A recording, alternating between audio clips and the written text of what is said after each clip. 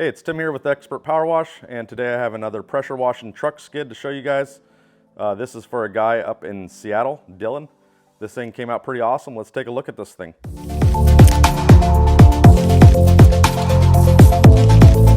All right, we got an aluminum 8-foot pressure washing skid here.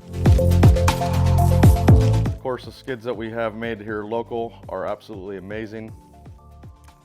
Built super strong, 1/4-inch aluminum. Things are practically bulletproof. Got the forklift pockets in there.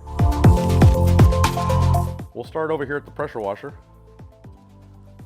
It is the CRX, 8 gallon a minute, 3,500 PSI. Got a quick oil drain there. And then we upgraded the wiring here. This is double insulated extreme USA wire, 6 gauge. That comes in there. Goes down in through the bottom there, if you can see in there. We like to hide everything and keep it as clean as possible. There's the pressure washer. This is a gear drive. TSF 2021. It'll focus there. This is one of our favorite pumps. Got a K7 unloader. Of course, that's block mounted. Really the only way to run those. Otherwise, you're gonna have issues with your pump. And then we have a 45 here that we added to make the suction line flow a little bit better. That is 1 inch. Going on over here, we have the Midwest mixer. This is a 3/4 high flow hydro mixer. You'll notice that some of the valves and the hose in there is oversized. If you look at the way that we have all the hoses there, everything is ran really clean, custom lengths. Like to keep this stuff as clean as we possibly can. This is on a custom mounting bracket and plates. I'll show you the back side when we get to the other side that houses the pump. We got a 7 gallon soap tank. This is actually bolted in from the underneath, so it's not going to go anywhere. Going on over to the buyer's box, we don't use those cheap aluminum paper thin boxes that you see on Amazon. These are built nice and stout. You can mount things to them, and inside of them you don't have to worry about them falling apart. You can see the wiring there. We have it all neatly ran, pops in through the bottom. If you go on over here, you don't see any wiring.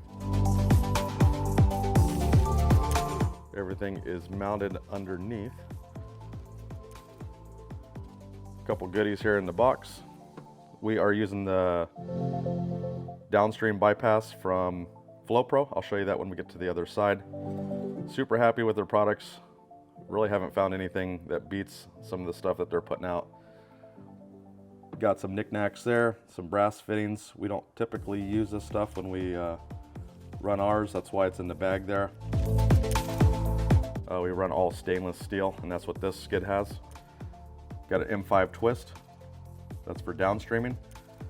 And then we have a DN10 ball valve. This one is the one with the swivel.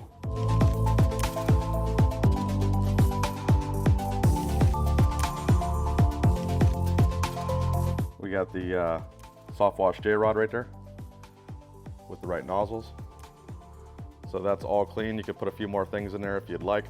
We typically just keep ours clean. All right, we'll shut that up and we'll look at the top here. This is a 3-way flush for the mixer. You can see it's custom mounted. These are stainless steel mounts. The nuts, bolts are all stainless. These are banjo fittings.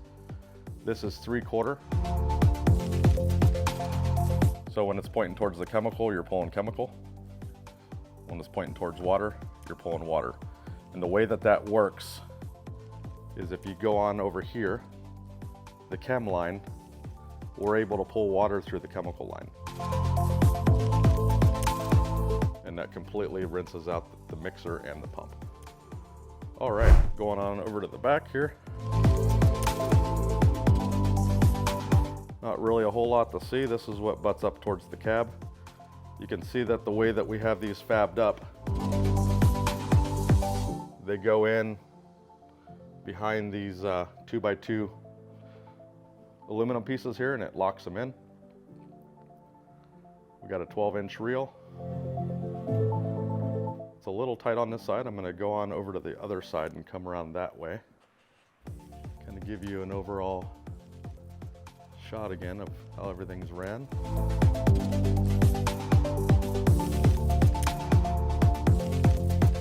Maybe we'll just jump in here real quick and then go on over to the other side. So we have a Boyd's 11-gallon aluminum gas tank here. These things are made like you would not believe. We used to use the Northern Tool ones. They're a little bit thinner. These ones are a little bit nicer built. So you can put a gauge in there if you'd like to put a gauge in there. It's bolted down. Pressure washing gun there. You see that the way that we plumb this up, I didn't really show you there, but we have a Banjo Y filter that keeps the water that's running into the pressure washer filtered out and keeps it clean. These are super easy to get all the sediment out. You just pull the plug or the cap there, and you can rinse that out and pull the debris out. We have a drain hose here. This is 1 inch. We started doing it this way because these just work better. This is the nice rubber hose instead of using like poly braid. And then if you see the end here, we have these custom crimped on. So try to eliminate as much hose clamps as we possibly can.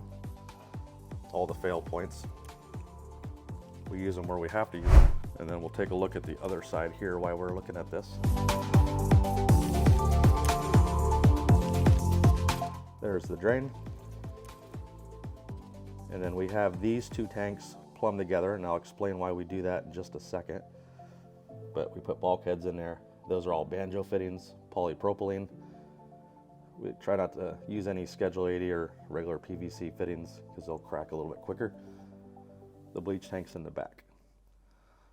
So I'll explain the two tanks in just a second, as soon as we get done walking this other side.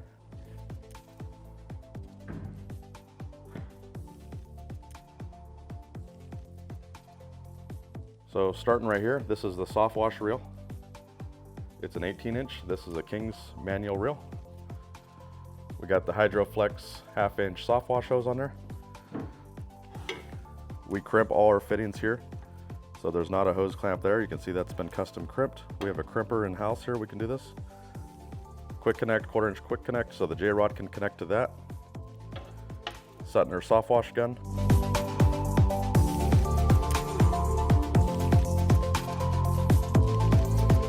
This is that downstream bypass. So this is not the Flow Pro electronic one. This is something that Judd puts out that's available. So if you look at this, there's some brackets there.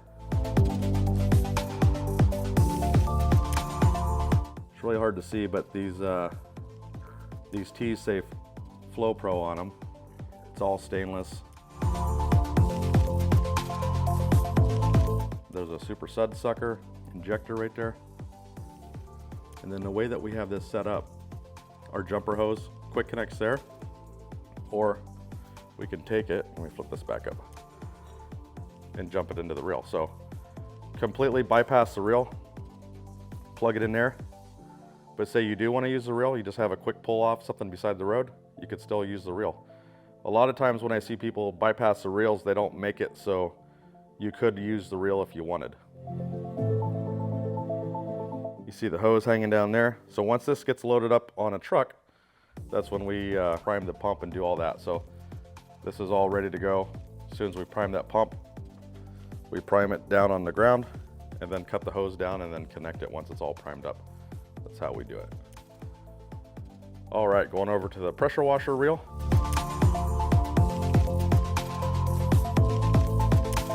We usually put Fierce Jet pressure washing hose on all our builds. This customer has their own pressure washer hose, so he wants to use that.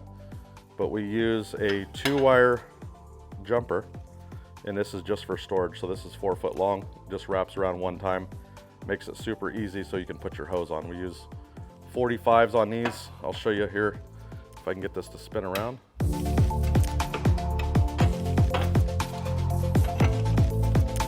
So you can see right there, see how that just lays a little bit nicer onto the hose reel. So that's something a little extra that we do. All right, going on over here, we got 3/4 going into the tank. Hudson float valve inside the tank. This is a 12-inch reel. If you're doing an 8-foot skid and you're using manual reels, the best way to fit these on is 2 18s and 1 12, because you need room for the handles.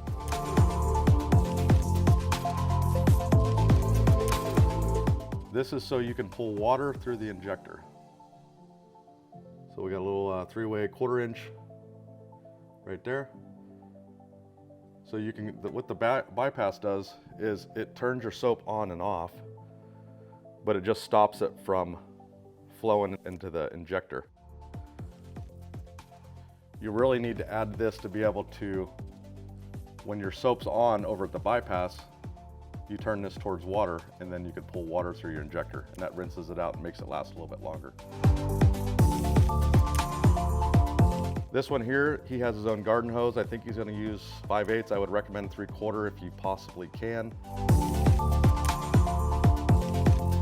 There's a look again at the back. Let's go talk about those tanks and what we did there.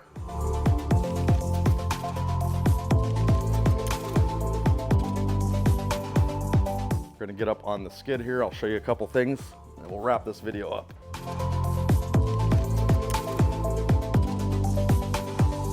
So you can see that we're using uniseals. Some of the areas where we put hoses in is we just undersize it and it goes in there super tight. This is airtight. Same thing we did over here. It's just one less fail point. So when the hose can continuously run into the tank, I'll show you here. These are uniseals here. If you look in there, the hose runs continuously through. And then we have a slotted bleach filter there at the bottom. PVC there to hold it down. Okay, let me explain these tanks. A lot of times people ask, why use 2 water tanks and not just one? Well, you can use one, but there's a couple different reasons. So one, capacity. Instead of 100, you have 200. And the second is not completely eliminate, but to minimize the sloshing effect. So say you're carrying water. These are, I don't have the exact measurements, but they're just over 1 foot wide. So it's really not gonna slosh very much. And then the last reason, which most people don't really think about, is if you look at the tank and the way that this is plumbed, you'll notice I have everything running into this second tank. So the water tanks are the front two here. So everything runs into there, all the hoses. Over on the other side, the water fills to the second one. The only thing coming out of this one here is I have the drain, and usually you're draining when the pressure washer is not hooked up. And then I have, if we can get a shot over here, that's where it pulls water from. So when you're washing, you don't have the bypass running or sloshing or anything to mess with the water that you're pulling. So this is completely unrestricted. You don't have any PVC filters in the way, nothing in the way of pulling water straight to the machine. So if you see in there, nothing.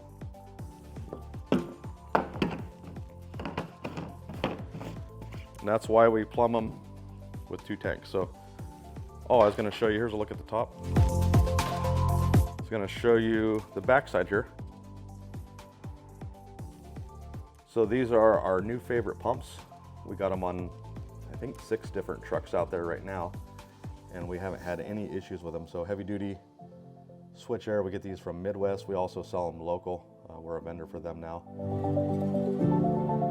This is a 7-gallon, 100 PSI.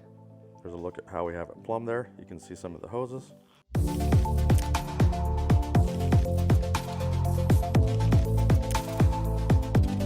We're starting to put serial numbers on our skids that we're building so we can keep track of all the skids out there.